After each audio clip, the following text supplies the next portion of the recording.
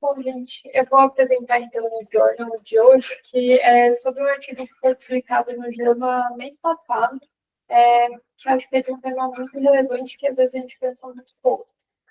O uso de essas camisolas hospitalares dos pacientes e a desumanização durante a admissão hospitalar. Bom, para a gente falar um pouquinho, eu trouxe até um conceito de desumanização meio filosófico, que eu acho que é importante a gente abordar para começar a discussão, né?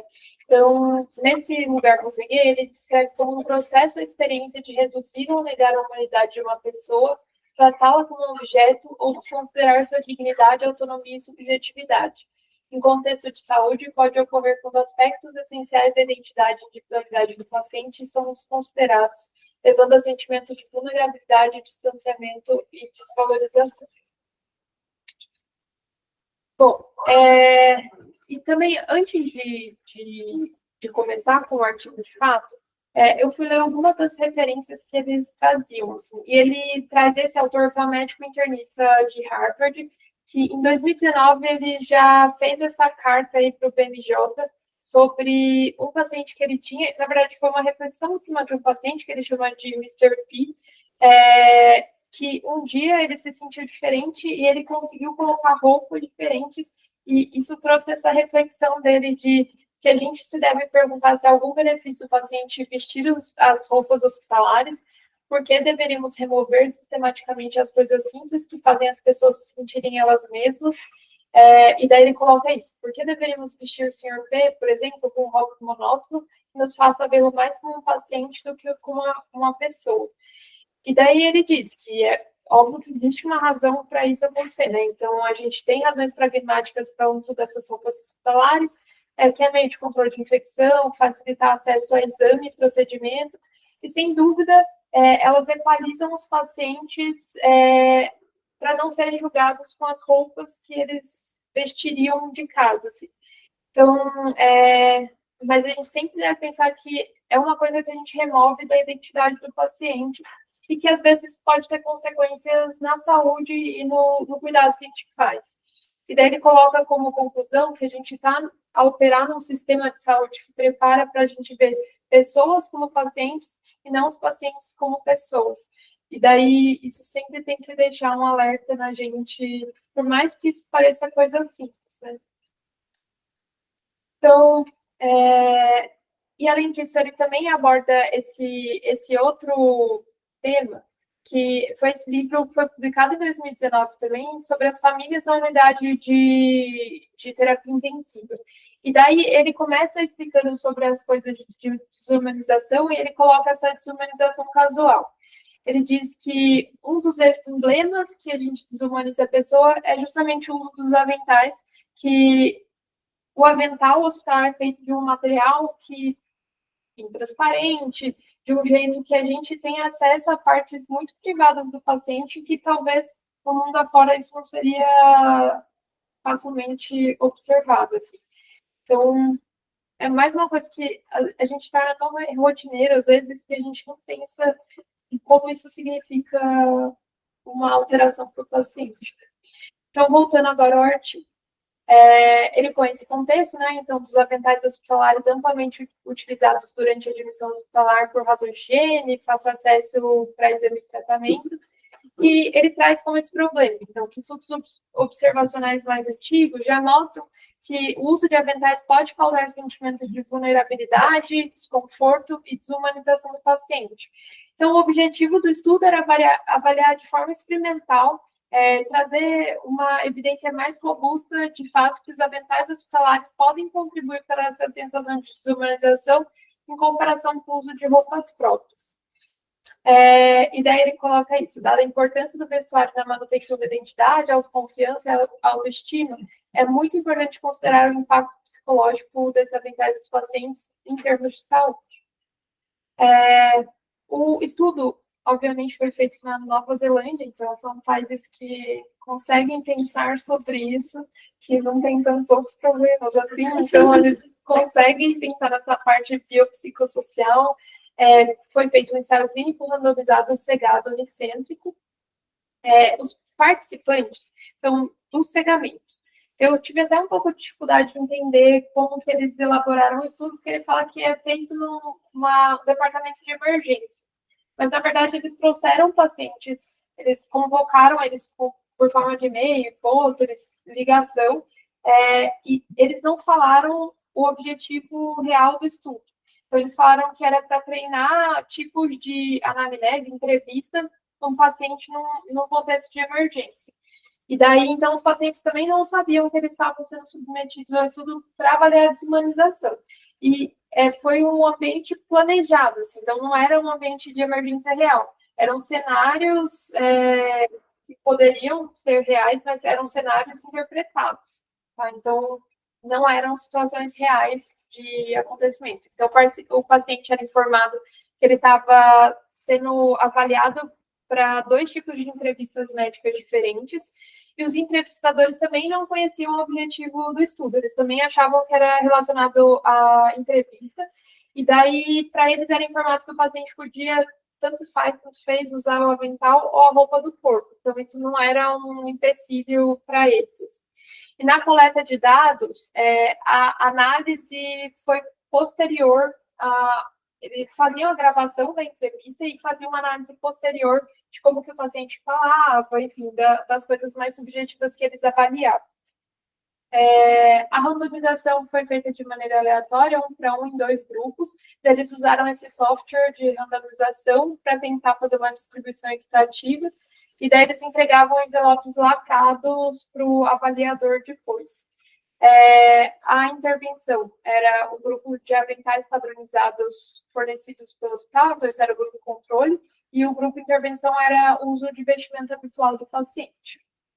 Esse era o avental que eles davam para os pacientes. Bom, então, mais uma vez, assim, foi um cenário real de emergência hospitalar, mas num ambiente de pesquisa simulado. E quem avaliava os pacientes eram esses interns, que eram estudantes de medicina em treinamento, tá? Então, era mais isso, assim, era I5 e 6 que eles falavam, né? Interno do 5º e 6º ano. Para cálculo amostral, eles, para um poder estatístico de 80%, com nível de significância de 0,05, eles calcularam que seria necessário 68 participantes para atender esses parâmetros. E daí, considerando perda de dados, mas eles calcularam que o ideal seriam 74 participantes.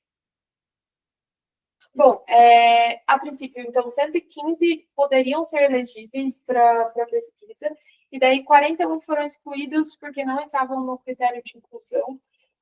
Um se recusou a participar e outros 6 foi por outras razões. Então, no fim, eles pegaram esses 74 pacientes e alocaram 36 para o uso de avental e 38 para o uso de roupas comuns. Eu achei interessante também, porque eles queriam, inclusive, incluir a etnia Maori na avaliação do grupo. Então, eles tentaram, enfim, incluir essa população para avaliação. E daí, desses 74 pacientes, 54% eram asiáticos, 36% neozelandeses europeus ou europeus mesmo, 4% maores ou população da Ilha do Pacífico e 5% outras etnias como africano e latino-americano. Assim, era um N pequeno, então eles não conseguiram diferenciar o estudo por etnia, mas eu achei interessante a gente ressaltar essas populações bem distintas aí. Eles usaram um questionário que eles fizeram para essa pesquisa, que é esse questionário, o Patient Dehumanization Experience Questionnaire. E eu vou mostrar aqui mais para frente para ver os pontos que ele avaliava. E daí, além disso, eles fizeram avaliações secundárias aí de conforto, dignidade, experiência geral, por meio de entrevistas qualitativas estruturadas.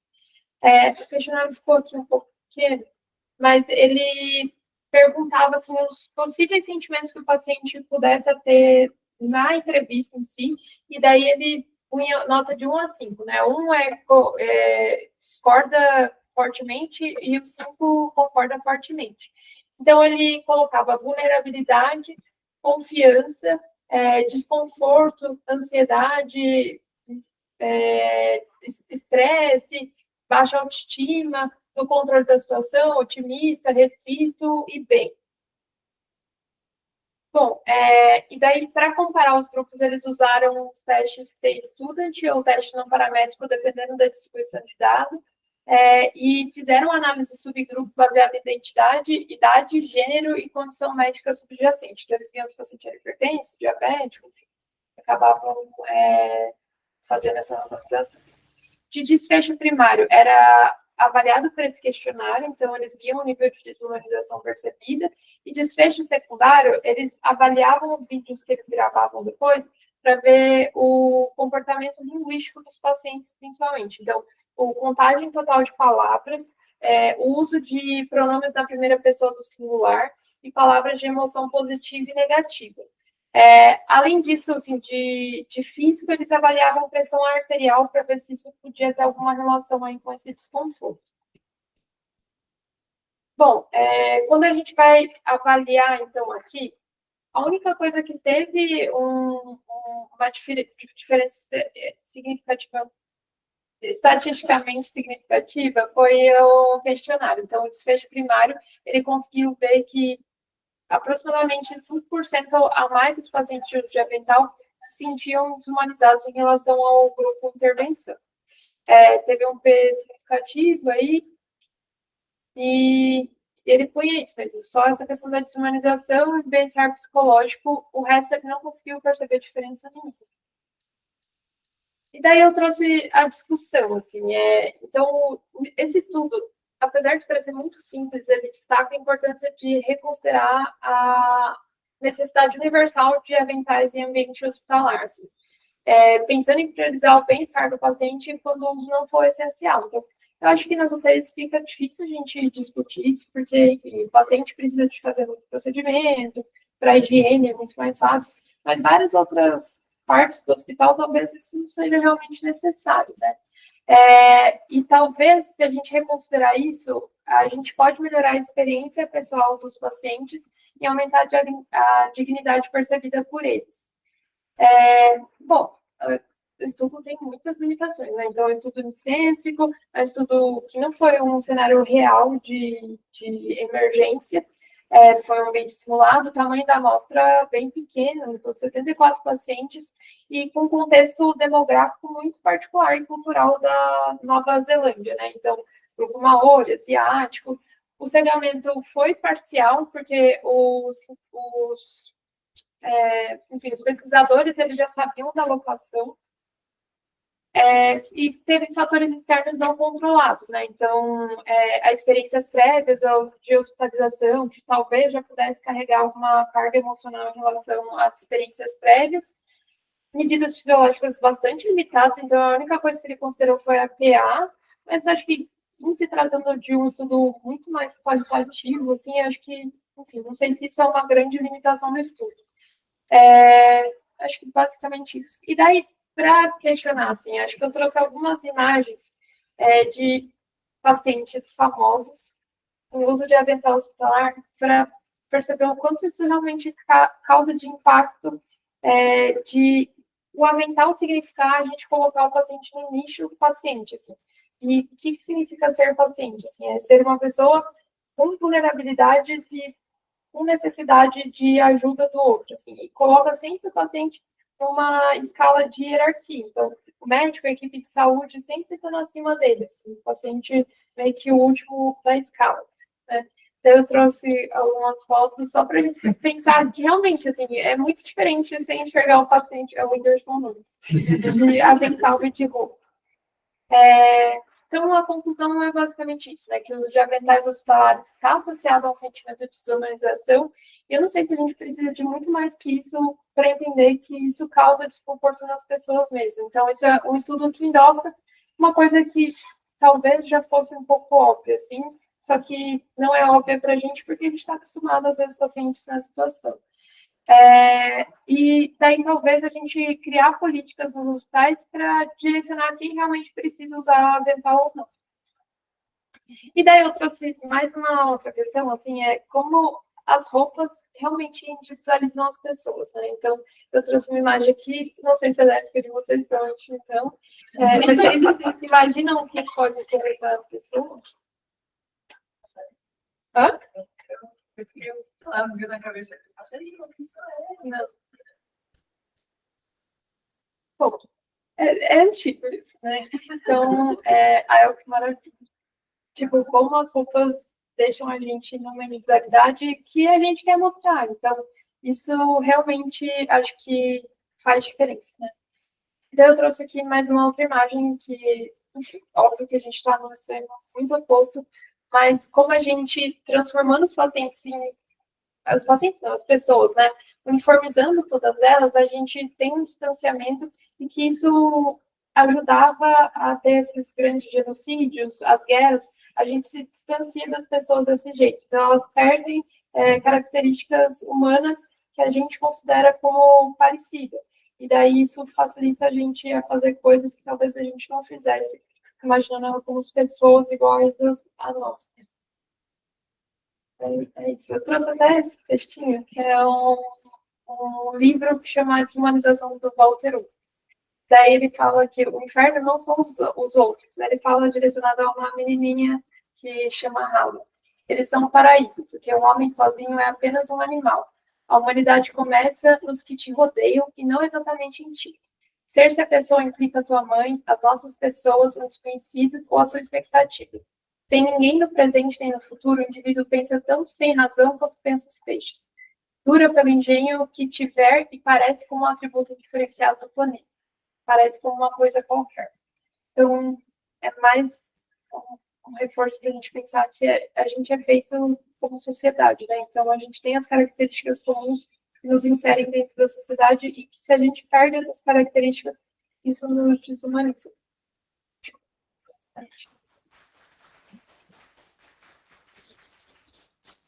Andres, acho que é um estudo bacana para a gente refletir. A gente pode discutir as questões do próprio também, mas acho que vale a gente refletir outros aspectos.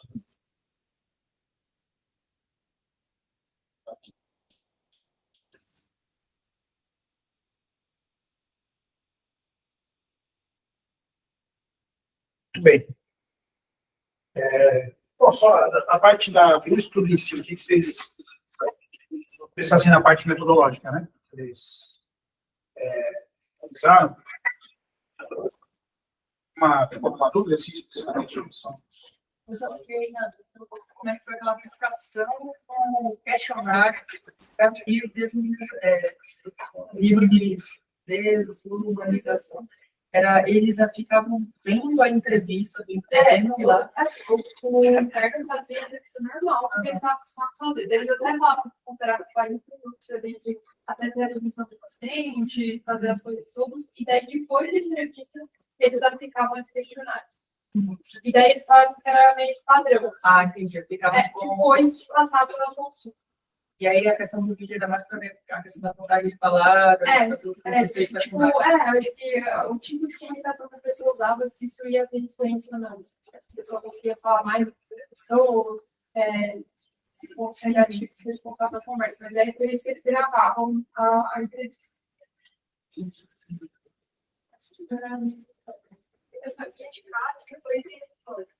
Era horário marcado. Tipo, eu não falei, mas eu estudo coisa de 2022, que era ápice também da Covid. Eles não falam nada de como isso influenciou ou não, mas eu acho que mais um pouco. Já era pós, né? Imagino que não, assim, não sei se influenciou ou não, mas eles ligavam para a gente, marcavam o horário, eles chegavam. Era como se eles estivessem num ambiente de emergência mesmo, e eles simulavam uma situação. Eu acho que ajuda muito bem, né? Esse negócio, quem sabe o que faz.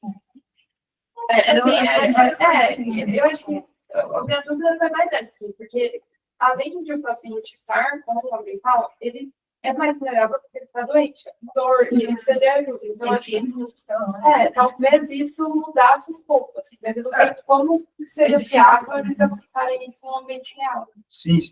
Eu acho que talvez isso aqui acho que é uma prova de conceito de que isso muda a percepção da pessoa em relação ao nível de desumanização que ela se sentiu, né, com base no instrumento que eles utilizaram. Agora, na prática, talvez, se alguém for tentar implementar isso, aí talvez tenta aproveitar nessa implementação, fazer alguma avaliação de efetividade, né? Porque isso aqui é uma coisa experimental, a gente quis uma coisa seria equivalente com o pessoal de medicamento, talvez em condições experimentais a eficácia da intervenção, vamos dizer assim. Aí, se a gente botar no mundo real, como que isso funcionaria, isso seria uma avaliação mais da efetividade dessa intervenção. Pensando no nível de desnutrição ou não. E a análise depois que você vai analisar, uma análise mais qualitativa. Vocês acham que é uma análise qualitativa? O Instituto Eu acho que eles tinham algumas coisas objetivas que eles iam avaliar. Assim, eu acho que assim, a pesquisa, que pelo menos nos resultados que eles apresentaram, foram puramente quantitativos. Parece subjetivo porque eles usaram uma escala que avalia a dimensão, mas não. Esse é um tipo de coisa, usou uma escala que avalia um construto de desumanização, certo? E é uma escala validada, aí eu não cheguei a checar essa escala, como ela foi validada, mas isso é uma análise quantitativa. Não, mas eu imagino que eles já devem ter uma escala de desumanização. Mas eu digo que essa escala os pesquisadores tinham feito e contado para esse estudo. Mas eu posso estar. Não tem uma validação prévia, eles não. Geralmente, quando você vai fazer isso, por exemplo, eu quero avaliar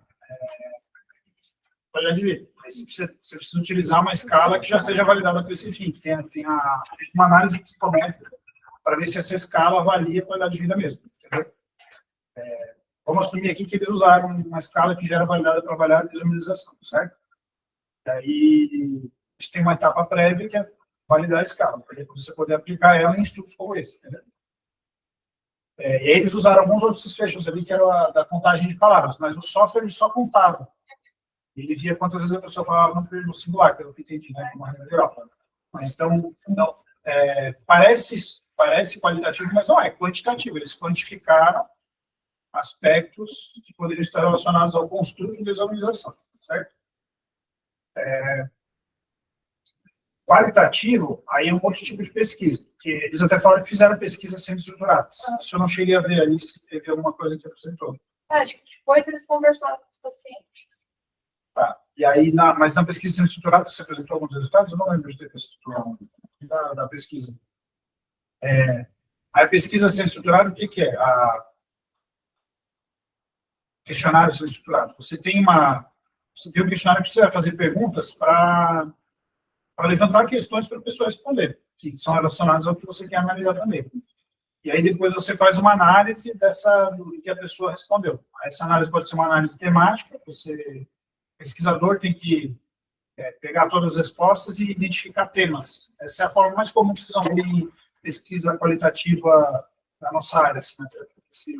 Você buscar temas da pesquisa do questionário semi-estruturado. E ele é semi-estruturado porque não é só resposta sim ou não. São perguntas abertas. A pessoa responde e você pode guiar a pessoa nesse processo. Mas aí você viu conforme a pesquisa coletivo, como você analisa? Não, aí depende. Você tem que formular perguntas que você imagina relacionadas ao construto. E depois, com base em todas as respostas que todos deram, você vai ver, olha, isso aqui surgiu várias vezes em todas os questionários, né? Em todas as entrevistas que a gente fez. Aí você vê, isso aqui é um tema. Entendeu? É claro que isso, assim, quem não está acostumado a fazer pesquisa qualitativa, a gente não consegue fazer isso. Você tem que ser uma pessoa mais de humana, às vezes, que consiga identificar temas nisso, né? Então, geralmente quem faz sociologia, antropologia, são pessoas que são treinadas a enxergar os temas, entendeu? Tá? Aqui na faculdade, quem faz isso, o pessoal da saúde coletiva, eles têm um grupo muito forte de pesquisa qualitativa. Né? Então, isso é um tipo de pesquisa qualitativa que eles usaram aqui. E aí, assim, é o pesquisador com o entrevistado. Tem um outro, e essa é usada, por exemplo, para saber em quem vocês querem votar. O pessoal usa nas eleições, esse tipo de pesquisa qualitativa, entendeu? As empresas usam para saber o que o consumidor quer. Né? Com ela você consegue enxergar coisas que o quantitativo você não enxergaria, né? Enfim. E aí tem outro tipo de pesquisa qualitativa, você já ouviu falar de grupo focal? O grupo focal também é uma É uma forma de fazer pesquisa qualitativa, que daí você junta as pessoas, você também tem um roteiro de entrevista, mas aí você, dentro do grupo, você tenta saturar temas, né? E aí, na pesquisa qualitativa, você chama isso de saturar. Você vai levando a coisa até você ver que aquilo se repete várias vezes, aí você fala assim, esse tema saturou, eu acho que é um tema mesmo, entendeu? É como o pessoal faz pesquisa qualitativa. Eu estou aqui, assim, isso aqui é super... O conhecimento é quase nulo disso, tá? Mas é outra forma de fazer, mas aí você junta várias pessoas. Aí o que tem de diferente no grupo focal? Aí você vai ter visões confrontantes no mesmo momento, né? É diferente da entrevista ser estruturada, né? Do questionário estruturado, que você é um a um, né? E depois você analisa tudo que cada um respondeu, né? Um grupo focal é bem interessante. Aí tem que ser uma pessoa muito habilidosa para conseguir identificar que está surgindo alguma coisa durante o grupo focal para ir levantando aquele tema, entendeu? Então, de novo, tem que ser pessoas dessa área para conseguir fazer isso. E aí tem outros, mas eu acho que esses são os mais comuns que vocês devem ver, assim, grupo focal e... Imagina, você pode fazer um grupo focal com familiares que passaram pela UTI para identificar algumas coisas que seriam importantes para as famílias que a gente não consegue quantificar, né? Certo? Então, a gente vê muito pouco a pesquisa qualitativa porque a gente não está acostumado. Mas, no fim, aqui não foi muito qual, eu não vi muito do qual em si. Entendeu? Tem outras formas de fazer, análise temática que eu vi mais vezes, mas também tem outras formas de você chegar em conclusões baseadas em pesquisa qualitativa. Agora, inclusive, saiu um ano das OTS sobre hospitais diferentes. Acho que é um legal para a gente trazer também. Quanto que as enfermarias ou as UTIs assumem os casos. Tem a ver com o nosso projeto da UTC Fronteiras. Né? Quanto que os hospitais se organizam para utilizar melhor o recurso da UTI. Né? Então, obviamente, os hospitais que se organizam para a enfermaria funcionar melhor, a UTI você precisa de menos vagas de UTI, porque acaba a assistência ao paciente fora da UTI ela se torna melhor. Né? Você identifica coisas que a gente só identificaria na UTI. Isso, enfim, eu acho que eles usaram, não sei se foi o grupo focal ou se foi só assim. E aí você pode ter pesquisa que é mista. Você tem a parte quant para quantificar certas coisas, e aí você consegue quantificar. Por exemplo, aqui, eu quantifiquei que existe a desumanização, né, e tal. Mas você usa a pesquisa qualitativa para explicar o que aconteceu de fato. Por que houve essa desumanização, entendeu? No caso aqui foi estudo experimental, né, então é randomizado, então a gente vai atribuir ao avental, vamos dizer assim. Né? Mas quando você faz uma análise mais observacional, aí você consegue, com o quant, quantificar o problema, ver quão frequente é aquilo, e com o qual você consegue explicar por que aquilo aconteceu. Então, isso é uma coisa super bacana, né? Você pode fazer isso em ensaio clínico também. Às vezes você vai fazer um ensaio clínico de implementação, a implementação não deu certo, você pode usar o qual para entender por que não deu certo. Isso seria muito bacana se a gente fizesse, por exemplo, no telescópio, que foi quantitativo. Se fizesse ou entrevista estruturada, ou grupo focal com as pessoas do estudo, talvez você teria essa resposta do porquê que o estudo não deu certo. Por que os intensivistas, entendeu? Então, o quali, não é nem que ele complementa, às vezes ele vai dar uma resposta melhor do que o quantitativo. Dependendo. Mas, assim, o problema é que a gente tem dois problemas. Um tem preconceito com pesquisa qualitativa, né? Preconceito mesmo. E o segundo, acho que é difícil treinar pessoas para fazer isso bem também, né? Mas no quantitativo a gente vê um monte de estudo que é ruim, né? Que é mais fácil treinar, mas o problema mesmo. O problema a gente enxerga da mesma forma. Enfim. E agora, do estudo em si, o que vocês acham, assim, a gente poderia trazer para a nossa prática? Vocês veem?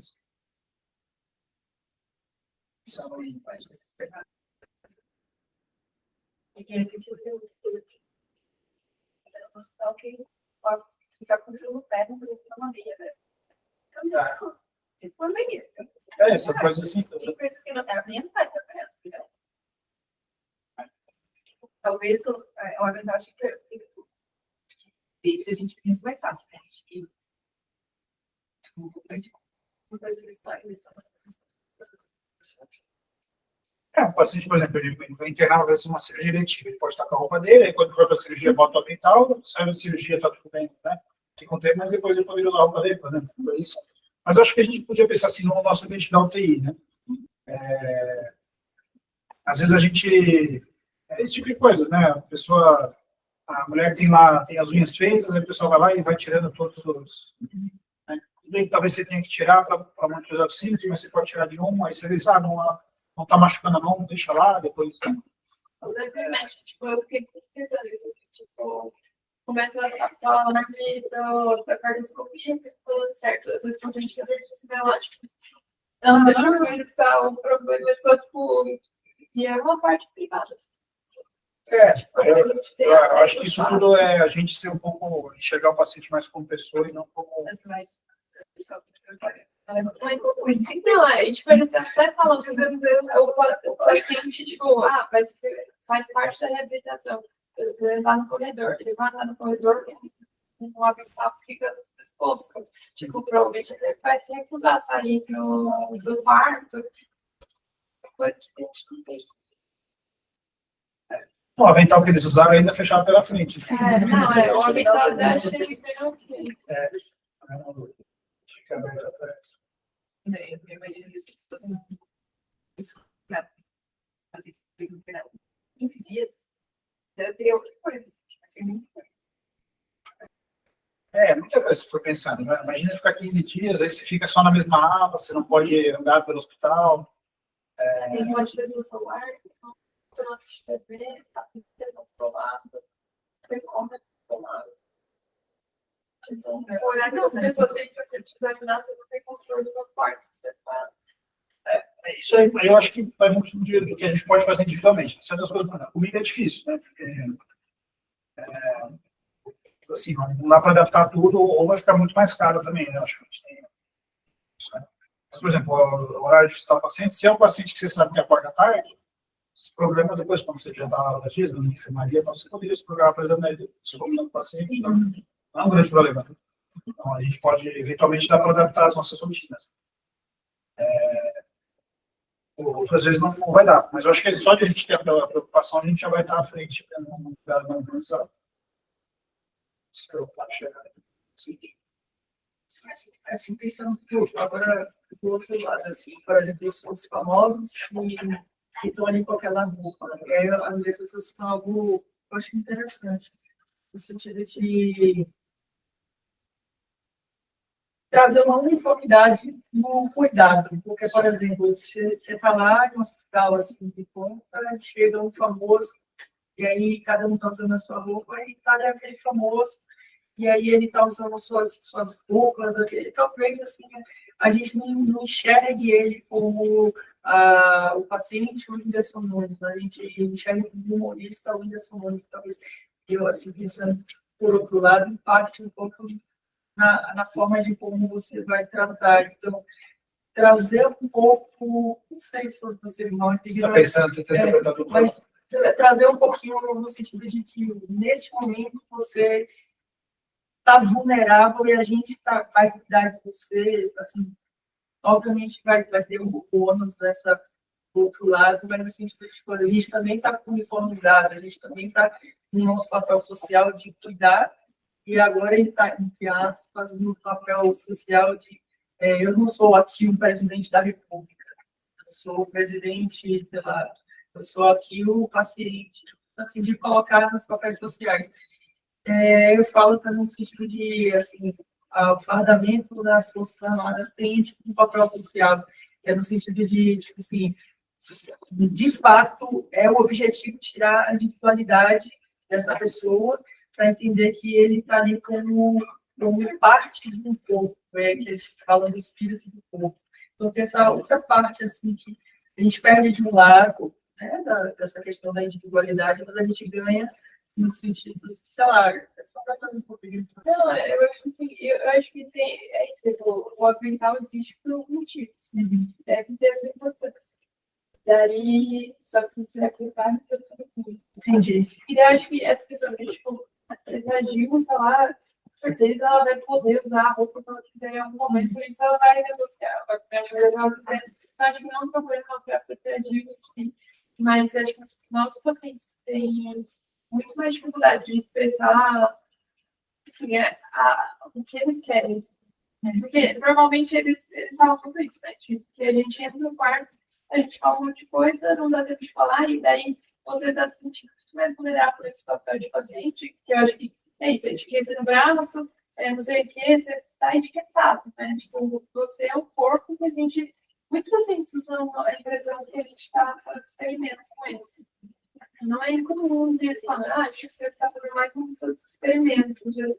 É muito isso, assim, você taxa o paciente como se eu for perfeito agora, daí eu só vou informar as coisas que eu vou fazer. E também, fazendo um paralelo, eu achei interessante que a Ionara trouxe na aula de ontem, aquela plaquinha do seu defunto, porque se você olhar a plaquinha, parece que é um boneco, você vai mudando assim. Então, você também, né, olhar para a pessoa, assim, independente de quem seja, mas sempre vai estar com a mesma cor de roupa, ainda você olha aqueles símbolos ali mostrando o objeto, também vai contribuir para a gente acabar esquecendo que ali uma pessoa. E assim, muito bom também a gente lembrar, sei lá, se conhecer o paciente nesse momento. Mas, sei lá, a senhorinha que tem HSA. Tipo, é muito mais difícil você lembrar o nome da pessoa. Eu sou péssimo, não. E lembrar a doença. Assim. Mas é para isso que serve se ter o papel na mão e tal. Não, mas eu acho que isso é isso. Você não tutor esse paciente. Você sabe a doença que ele tem e ele está nesse papel de paciente. E ele contribui muito bem essa discussão. Eu acho que vocês têm muitos bons exemplos aqui, né? De pessoas que incorporam um jeito muito humano de cuidar os pacientes. Eu acho que não é a realidade do Brasil, não pode. Mas sim, tem algumas coisas que são coisas para nos ajudar, né? A fazer isso melhor. Então, você tem a plaquinha no leito, o paciente, você tem que identificar uma pulseira. Tem uma pulseira lá, mas pelo menos ela te ajuda a identificar o paciente. Tem várias coisas para te ajudar a deixar uma coisa nova, né? Melhor. Eu gosto muito, assim, quando tem paciente que tem, de perguntar o que é. Então, tem tempo, claro. Mas isso assim, depois de um tempo, as coisas que a gente faz são as mesmas, né? O paciente com sepsis, eu vou ligar lá, antibiótico, beleza. Então, o aspecto técnico, ele satura, porque aí o que sobra é o humano. Você conhecer uma pessoa diferente, uma situação diferente, uma família diferente, entendeu? Tem situações que você vai achar, puta, que chato isso aqui, tão difícil de lidar com essa situação, tem situações que você vai ter experiências super interessantes, né?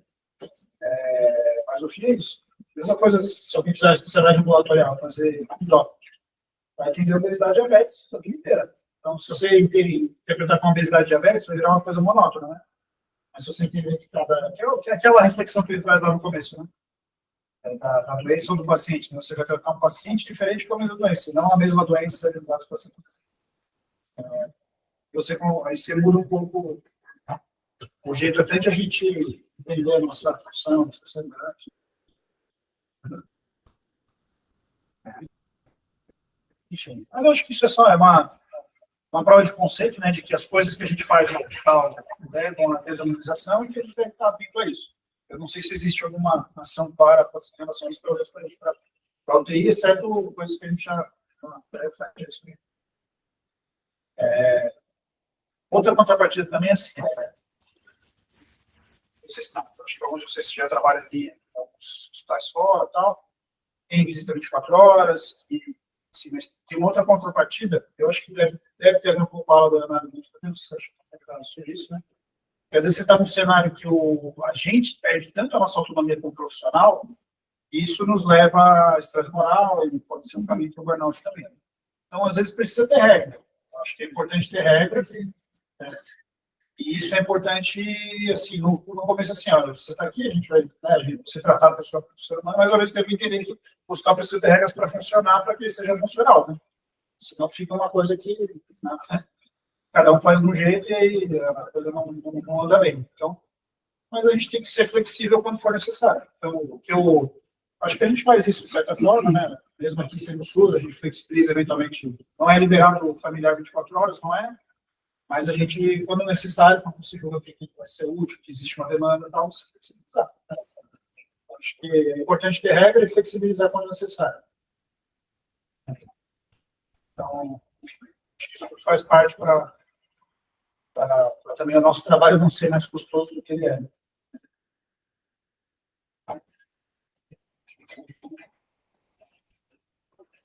Bem, deixa eu ver se eu acho alguma coisa de quadro mesmo, né? Para a gente aproveitar e voltar para vocês verem assim, desse jeito. Tá bom? Beleza. Mas...